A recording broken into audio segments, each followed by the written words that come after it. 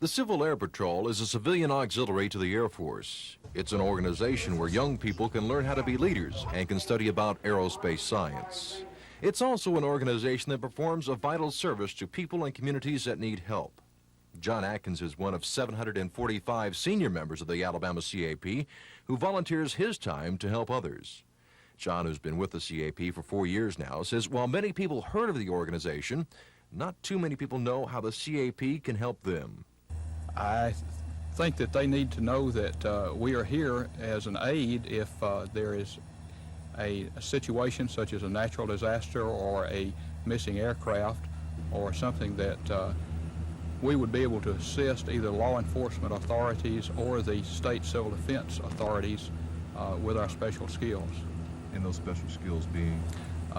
Primarily flying aircraft, acting as an aerial observation platform for people to locate items on the ground, to perform a sort of reconnaissance, to help work with ground teams to perhaps coordinate a search into an area for a missing person or a missing aircraft or something of that like. And so far this year, the Alabama wing of the Civil Air Patrol has flown 16 such missions in hopes of helping their fellow man.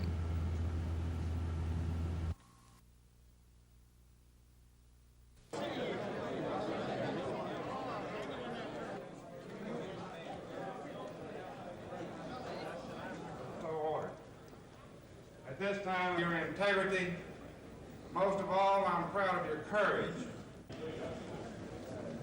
Otherwise, it's going to be revoked. Hello, Connie. How are you?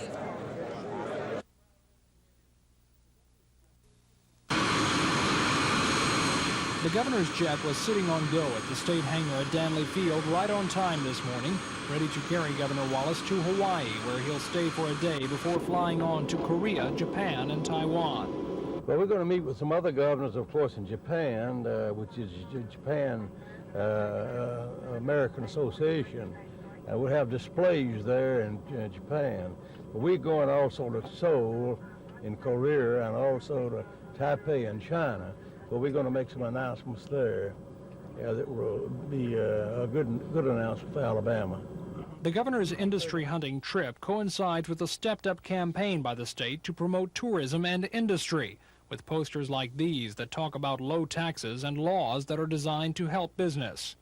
The governor says Alabama is already benefiting from many foreign industries, but must be sure to keep working to do better.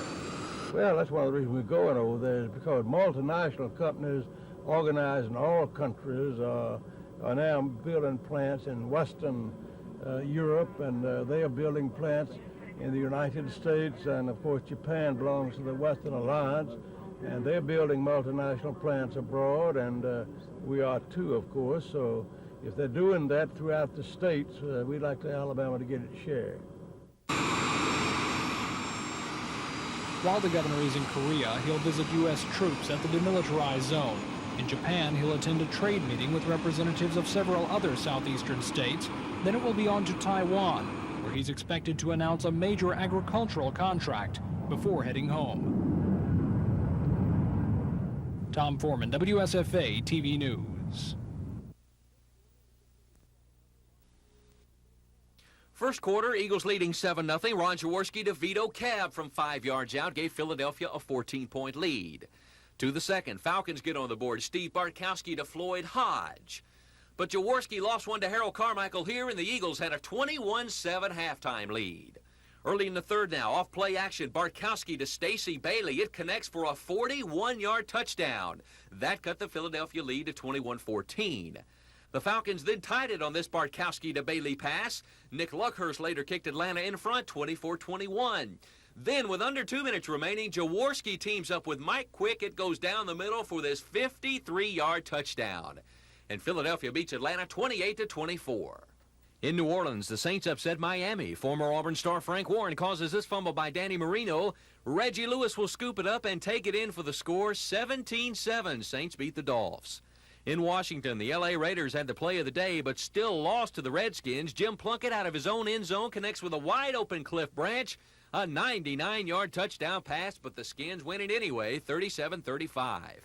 Third quarter in Minnesota, Vikings leading Dallas 24-20. Ron Fellows picks off this Steve Dills pass and carries it 58 yards as the Cowboys stay unbeaten, 37-24. Curtis Dickey's 3-yard touchdown run carried the visiting Colts over Cincinnati, 34-21. It was a routing Green Bay. Tampa Bay quarterback Jack Thompson is sacked here. He fumbles. Mike Douglas scoops it up and rambles 35 yards as the Pack bombed the Bucks 55-14. John Elway had another terrible day in Chicago. The Bears blitz causes a bad pass here. Les Frazier intercepts and scores. Bears beat the Broncos 31-14. The Giants and Chargers had a shootout in the Meadowlands. New York driving late for a tying score, but Scott Bruner loses the handle. Billy Ray Smith will recover. San Diego wins it 41-34. And rookie Eric Dickerson had 199 yards rushing for the Rams today in Anaheim. His 4-yard TD here sealed a 21-10 win over Detroit. After a surprising 10-3 deficit at halftime, the Crimson Tide found the spark early in the third.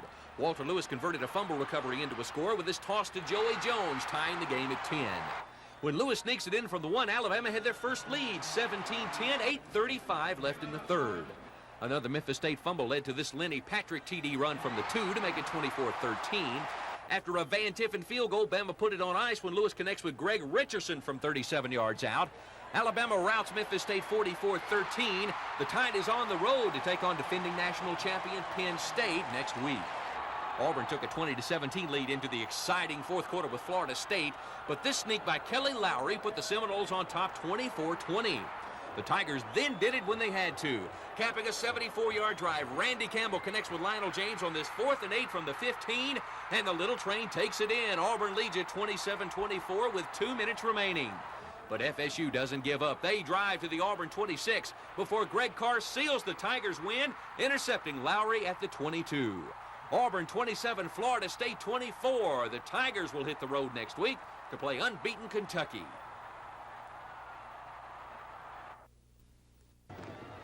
Bama State looked in good shape early. They turned a Tennessee State fumble into this 1-yard sneak by Morris Brown, 7-0 ASU.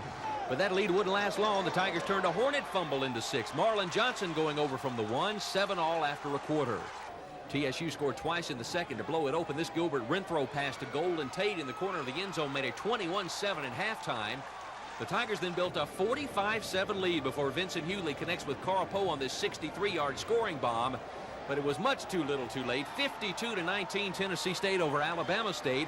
The Hornets now look for that elusive first win next Saturday night in Crampton Bowl against Mississippi Valley.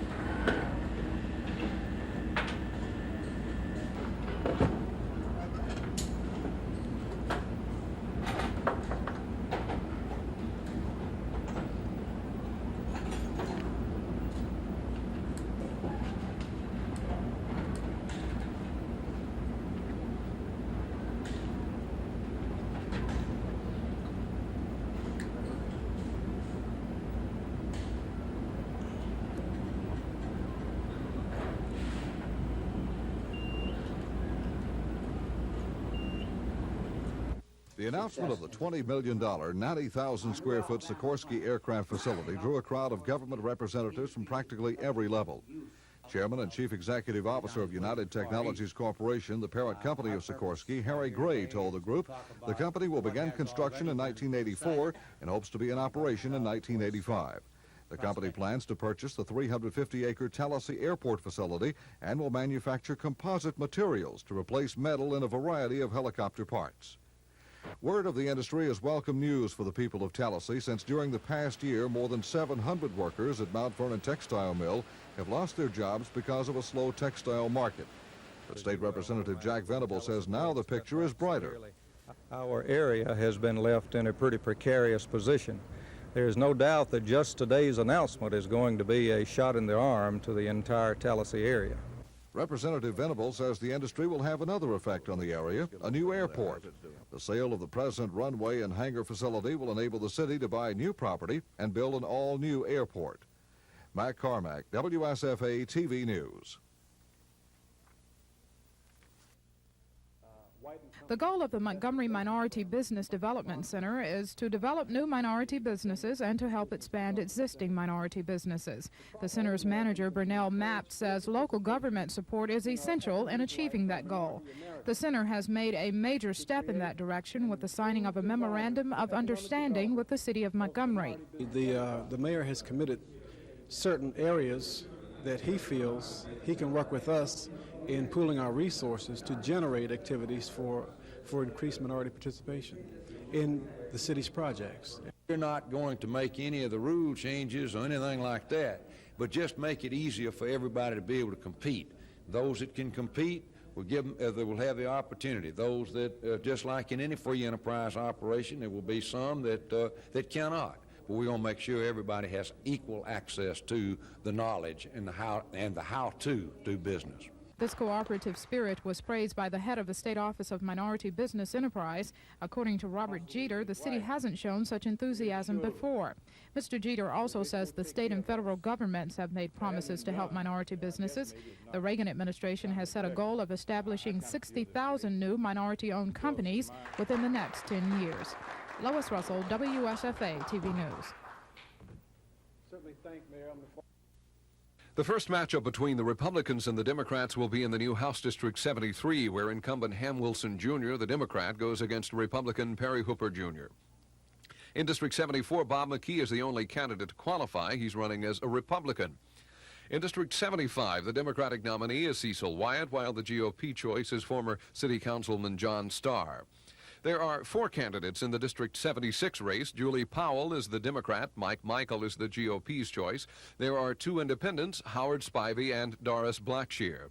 House District 77 has only 1 candidate. John Buskey is an unopposed Democrat. And in House District 78, Representative Alvin Holmes is unopposed.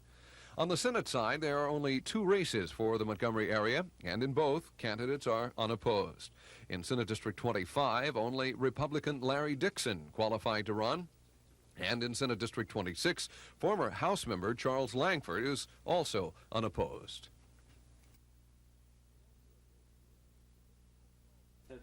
Commander of Air University, Lieutenant General Charles Cleveland says America is losing its edge in technological development, and that's a problem. We at Maxwell and Gunter have the people, the resources, and the expertise necessary to be able to help. Air University's assistance will come in the form of an 8-point program called Max Help, designed to educate young people about computers, hear from top scientists, and help educators select the best computer systems for their needs. The local leaders were told that Max Help is still in its formative stages, and with their help, it will take shape. What form Max Help will be in the months to come will be determined by the educators and what Air University can supply. The Air Force will also be studying technological needs of the community to see what other services Maxwell and Gunter can volunteer to improve the program. Right now, Max Help has as many questions as it has answers to upgrading technological education in the community. But answers must first start with questions. We think it can bring to the public also an awareness of the problem we have. We think maybe industries will also follow suit, as many of them have already, to lend some assistance to help the local schools. Dr. Klein feels that Max Help can be a great tool for motivating young men and women to get involved in science, and perhaps can serve as a model program for the rest of the nation. Don Phelps on the Military Beat. Cleveland suggested we have 8 initiatives and also period of time. Now, our new Alabama plant will help Sikorsky increase its production. Building for the future and grow over the last 10 years at a rate that most people refer to as. For your confidence in Alabama and confidence in the membership of our Alabama.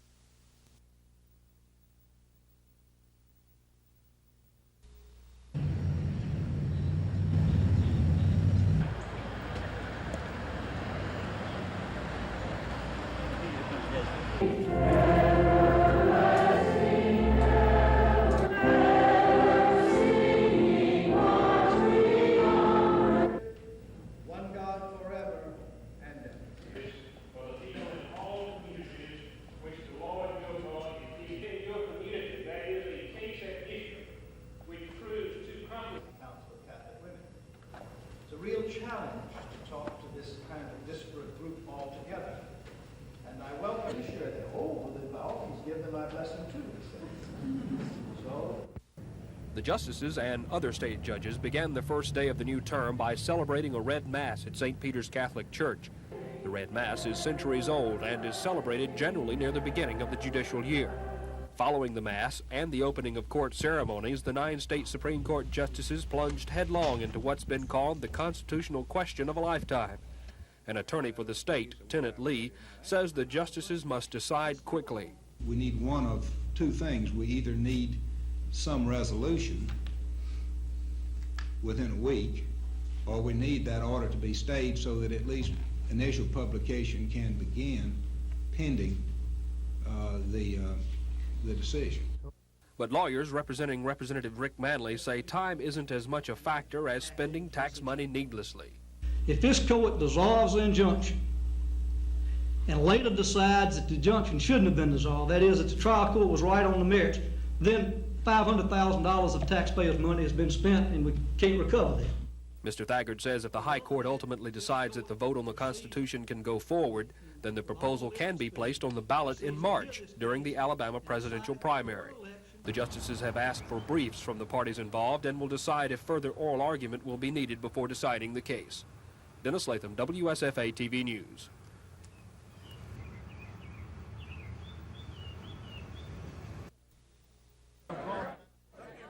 Some angry Democrats say the Alabama Education Association's Paul Hubbard handed out marked ballots during this closed-door meeting the night before the nominating convention, and they say those ballots were used in choosing party nominees. The lady sitting by me who had a ballot previously marked told me personally and told the man on her right that her ballot had been marked by AEA.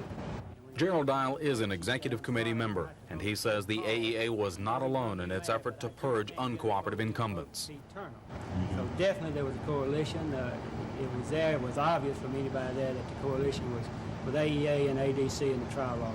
And Mr. Dial was one of 15 people passed over this weekend who walked into the Secretary of State's office and signed up as an independent. I've been a Democrat now all my life, ran 5 times and elected 5 times.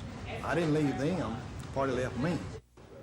All of these independents say they know about the newest Democratic rule designed to keep them out of the Democratic Party until after the 1986 elections. The party is wrong in allowing certain people to control it and to allow rules like this to be made. We would certainly hope that if we're elected that we will look at maybe changing some rules because we've driven a lot of fine, solid Democrats from the party already. While these independents say they think the Democratic Party is weakening with this incident, Republicans feel they're gaining in popularity. I think by looking at the independents that are coming in here today, I think that's a good testimony to that, yes. Chris Grimshaw, WSFA TV News at the Capitol. But I strongly support the right of individuals to maintain weapons, as I have many times stated, and I'm opposed to gun control as it was done in Martin Grove, Illinois. Alabama is different than some states inasmuch as it is written into the Alabama Constitution that its citizens shall have the right to keep and bear weapons.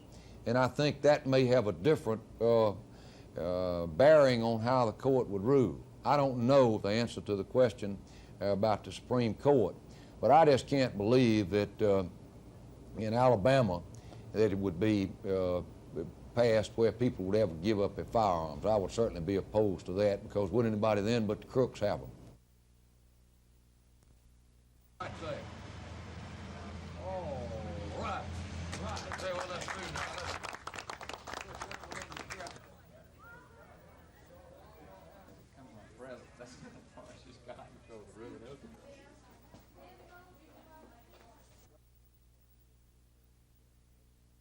We expect to be able to give patients very prompt service with waiting certainly should not exceed 15 minutes in any case.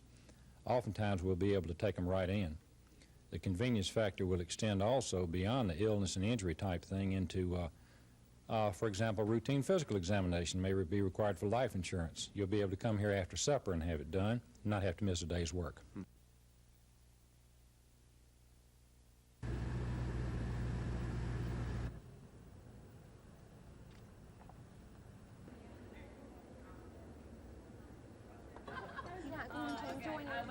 No.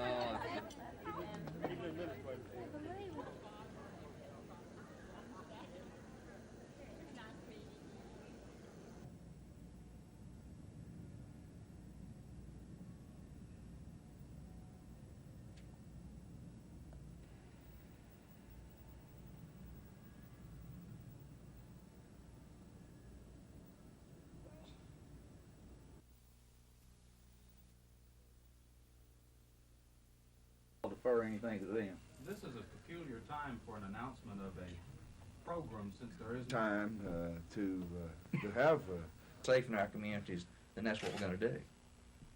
I think the Attorney General ought to be congratulated. That's my personal feeling about it. He's taken on the Board of Corrections, and I think he smoked out those who aid in comforting Commissioner Smith. If you'll notice, it wasn't long after the Attorney General won his lawsuit till all these people started routing around Commissioner Smith, one of which is Mr. Carroll with the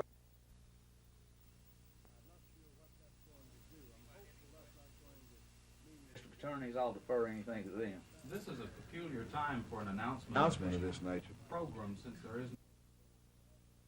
We particularly are going to form a committee, and we're going to ask this committee to help all of us statewide to help do a better job of informing victims on a number of things, such as return of their property, notification of their case status, where it is in the system, when they can anticipate it to be tried, that sort of thing, and a general education about the court system. It's surprising to us how many people come in and are pretty much uninformed about how the court system works.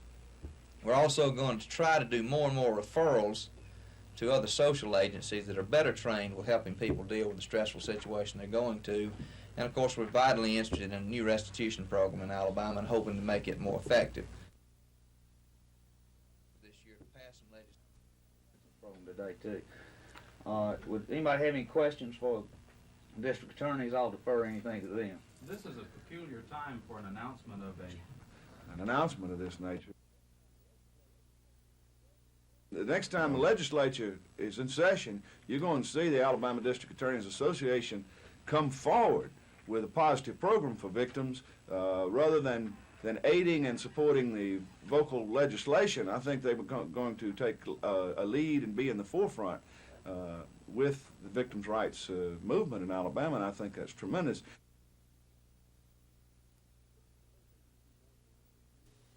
This is the first ABC board meeting since news of the investigation broke. The first part of the meeting was held behind closed doors with one of Governor Wallace's top advisors, Bill Rushton. Board Chairman Frank Potts told reporters that they'd be discussing the good name and character of a person, the only exception to state law that requires open meetings of public bodies. The board returned after about an hour, and Chairman Potts read a statement outlining the board's decision to take no action in regards to Carl Wright, the employee the board says is being investigated.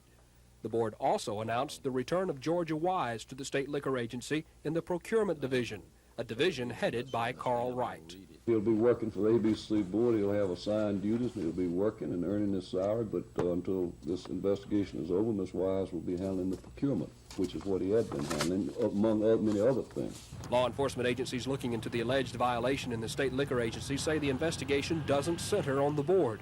Since the case is still active, authorities will not discuss other aspects of the investigation. Dennis Latham, WSFA TV News.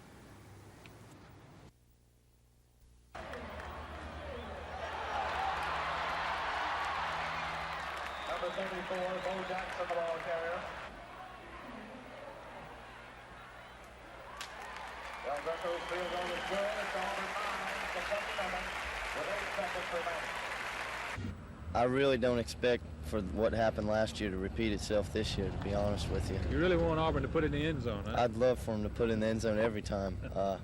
If it comes up to me kicking a couple field goals, sure, I'd be happy to, but we'd have a much better chance to win if we scored some touchdowns.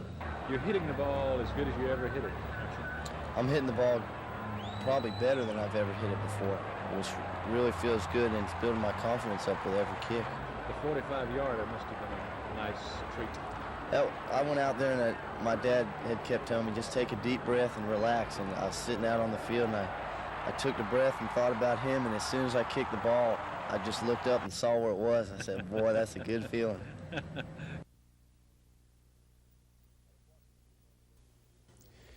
At approximately 1:30 a.m. this past Saturday morning, some objectionable material was inadvertently aired on WSFA television. The airing of this material was accidental, but the fact remains it did happen, however briefly, and the management of Channel 12 would like to take this opportunity to apologize to you, our viewers, and to assure you that we are taking every possible precaution to see that it never happens again.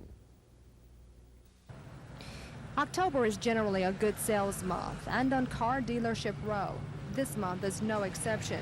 Dealers say car sales started picking up last year and have been doing well since. That's a complete turnaround from 1982, when sales were sluggish.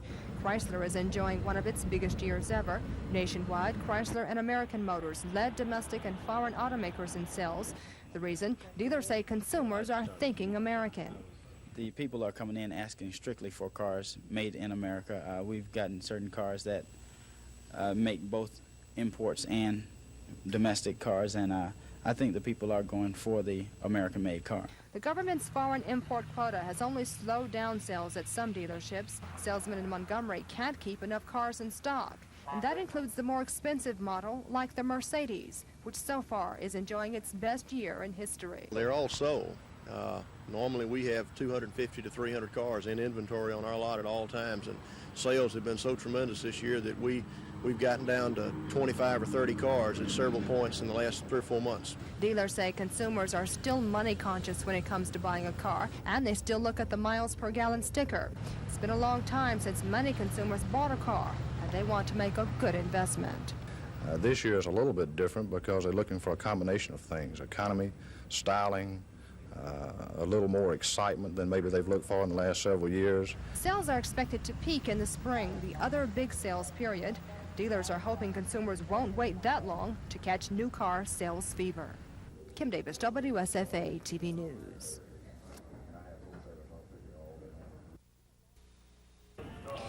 It's been a long time since many consumers bought new cars, and it may be good that people waited. The slowdown, caused mainly by the recession, forced automakers to design cars that people will buy. Automakers like Chrysler went back to the drawing board and came up with several models that are selling. Definitely cars that are made by robots in particular. The new line of robotics is something that's coming, and I think that people are more impressed with it. They're less likely to get a Friday afternoon car. They want more. They don't want just the basic transportation type car. They still demand good gas mileage. They demand good interest rates, but they want to have a little sport look also, a little styling to go with that. Chrysler and American Motors led the domestic and foreign automakers in car sales last year, and the outlook for this year is promising. The same holds true with its foreign competition. Even the most expensive import, the Mercedes, is enjoying its best sales year in history. They're all sold. Normally we have 250 to 300 cars in inventory on our lot at all times, and sales have been so tremendous this year that we've gotten down to 25 or 30 cars at several points in the last 3 or 4 months. October is generally a good sales month, and so far, a sampling of several dealers in Montgomery shows sales are living up to expectation. Kim Davis, WSFA TV News.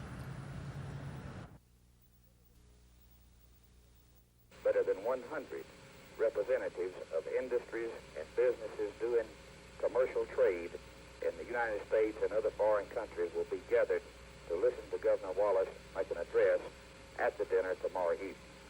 Governor Wallace hopes to encourage additional Korean trade and investment in the state of Alabama.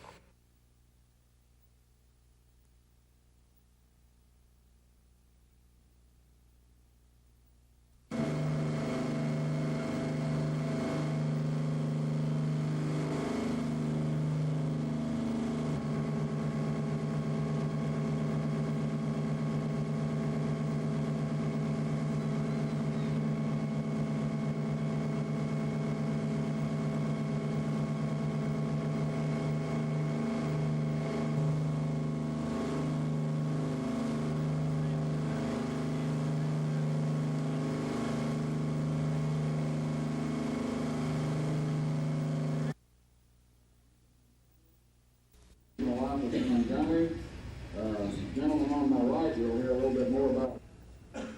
But let us celebrate. Let us work with others for a common goal.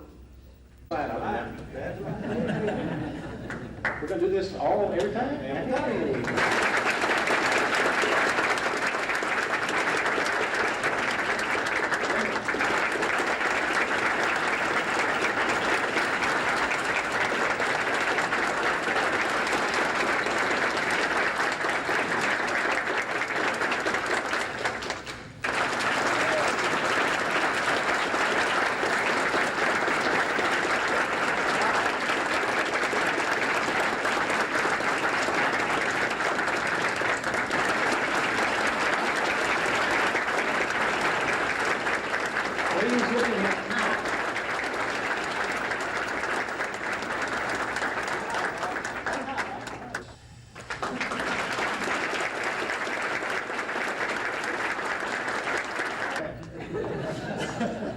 Congratulations.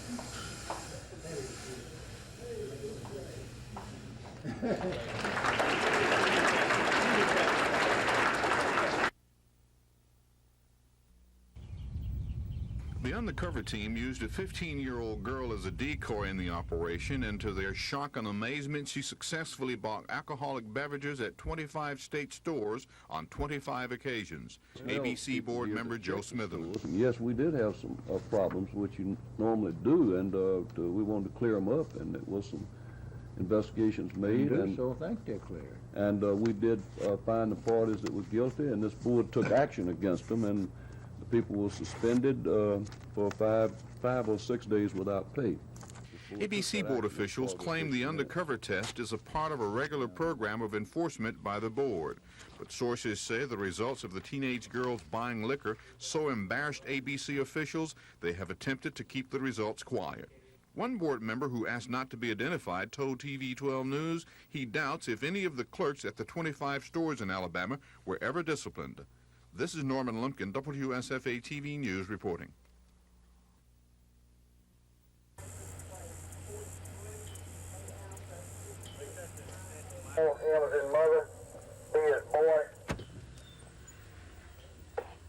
At midday today, two white males entered the post office, asked for a money order.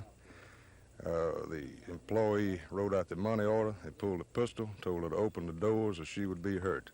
They taped her hands behind the back, cut the phone lines, left with an undetermined amount of cash and a small tan compact car.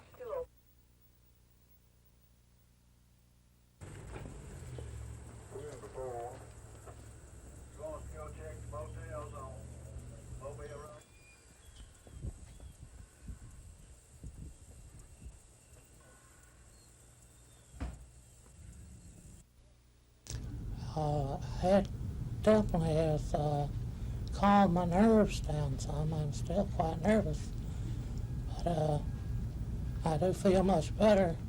It's a story with a happy ending for Cleveland Robinson and his wife Mary. After more than a year of waiting and wondering, the federal government has decided Mr. Robinson can continue receiving his $735 a month disability check. As long as you sit back and don't do anything, there's nothing going to be done. The Robinsons have been fighting for the disability payment since they say government doctors declared Mr. Robinson fit to work, even though his own doctor says he has lung cancer. The fight eventually led Mrs. Robinson to write the White House, and within the past week she received the word she's been waiting for. The review of her husband's case is complete, and the checks will continue. You've had to go through a lot of headaches to get this. A year of headaches, a year of problems, a year of turmoil, but it's been worth it. The decision means the Robinsons won't have to pay back the $8,000 they were given while the case was being reviewed. But they say the fight is not over. Now they're busy trying to organize others who have had their benefits cut, others who they say need help. That the disabled people are still human beings. We still have voting power. Just because we're disabled, we're not dead. Tom Foreman, WSFA TV News. I had decided, well, I'm going to do. For Cleveland Robinson, a 49-year-old former maintenance mechanic, and his wife Mary, the letter from the White House ends a year of fighting for the $735 a month disability checks he started collecting in 1978. We felt if we could get through to the right people and all that we could get something done. And The Robinsons say they were told the checks were being cut off late last year because Mr. Robinson was no longer eligible under new federal guidelines, even though his own doctor says he's still unable to work. As long as you sit back and don't do anything, there's nothing going to be done. What Mrs. Robinson eventually did was write the White House. Now the Robinsons don't have to pay back the $8,000 they collected while the case was being reviewed, but even though they've won their fight, Mr. Robinson, whose vocal cords have been damaged by cancer treatments, is worried about others who may be in the same situation, who may not find help. I would say throughout the United States there have been thousands of cases that we have heard of and know of that has actually died because of being cut from Social Security. So now the Robinsons are trying to reach and organize others who have had their checks cut off, trying to help others find their own happy endings. Tom Foreman, WSFA TV News. Alabama's off to a 4-0 start and ranked number 3 this week by both major wire services. But 2 questions remain. Is the Crimson Tide really that good? And have they yet to be tested? I think the number 3 ranking is a compliment. We're glad to have it, glad to be where we are. I don't know if we're the 3rd best team in the country or not. We need to go out this week and show that we can be, because we have a lot of improving to do. Will this be the true test for Alabama against Penn State? It will be a test because it's going to take all we've got to beat them. We'll have more tests on down the road, but this is the biggest so far. Well, every week we step out on the field, we're liable to get beat. Anybody knows that follows college football. But we got a big test this week playing the defending national champions in their own backyard. We're really looking forward to it on national TV. We could show the whole country either how good we are or how bad we are. Well, we haven't been really tested yet. This week against Penn State is going to be our very first major test. So if we are ranked and got the good caliber everybody say we have, we'll find out Saturday. You're playing on national television, a chance to showcase this Alabama team? Yeah, I think it's a great opportunity for our football team. I'm very happy for our players to be able to showcase just what kind of team we have. It certainly projects a good image for our university and allows us that opportunity as well. But I think more important than anything else, it's the playing of a caliber team like Penn State certainly is going to tell all of us, our squad members most importantly, just what kind of football team we have. The defending national champions may or may not be the test Alabama's looking for. More on the Tide's preparation for Penn State tonight at 10. Rick Pons, WSFA TV Sports, Tuscaloosa.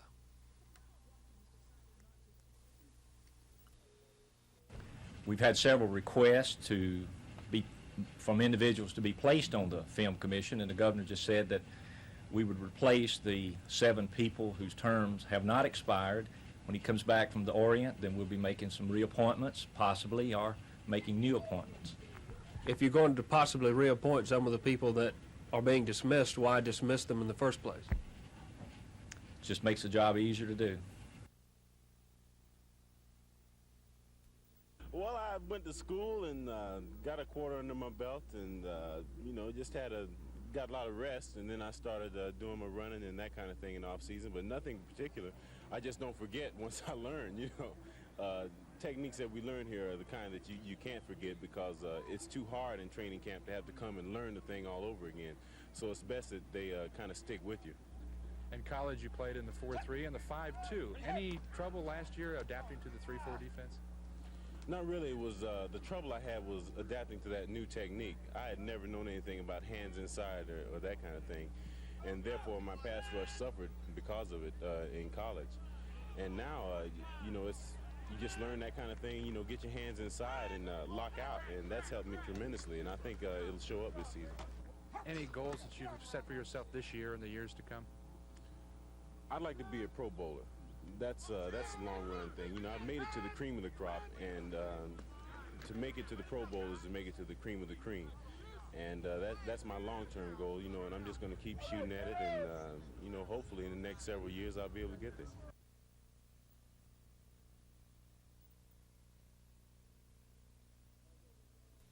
Although they got off to a slow start early in the season, I think that was due to the slow development of 2 positions. The 2 positions that really got them the national championship last year, the quarterback and the running back spot.